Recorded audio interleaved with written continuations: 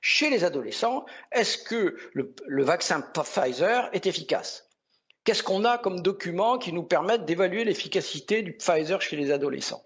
Écoutez, on n'a rien. Ouais, quand je dis rien, on n'a rien. Sinon, des rapports de l'industriel aux médias.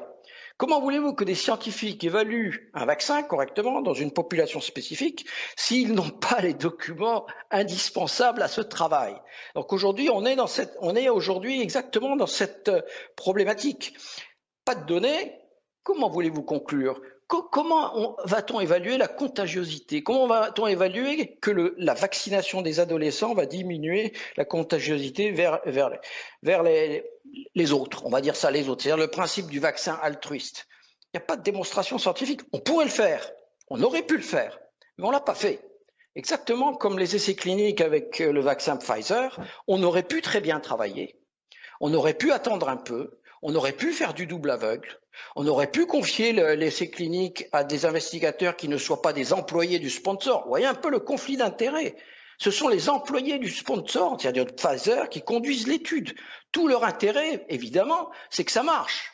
C'est leur salaire, c'est leur carrière, c'est leur avenir, c'est leur ambition, etc.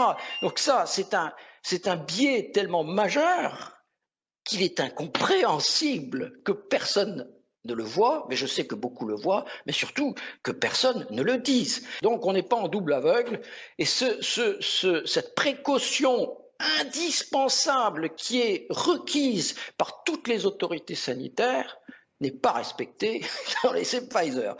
Donc c'est pas crédible. Je ne suis pas en train de dire que ce vaccin n'est pas obligatoire. En fait, je suis en train de dire que les données qui me sont présentées ne me permettent pas de conclure, ni dans un sens, le vaccin est efficace, mais je ne peux pas dire non plus que le vaccin est inefficace. En fait, j'en sais rien. Et quand je ne sais pas, comme médecin, qu'est-ce que je fais? Je m'abstiens. C'est la règle basique de la médecine depuis l'Antiquité. D'abord ne pas nuire, et ensuite, dans le doute, je m'abstiens.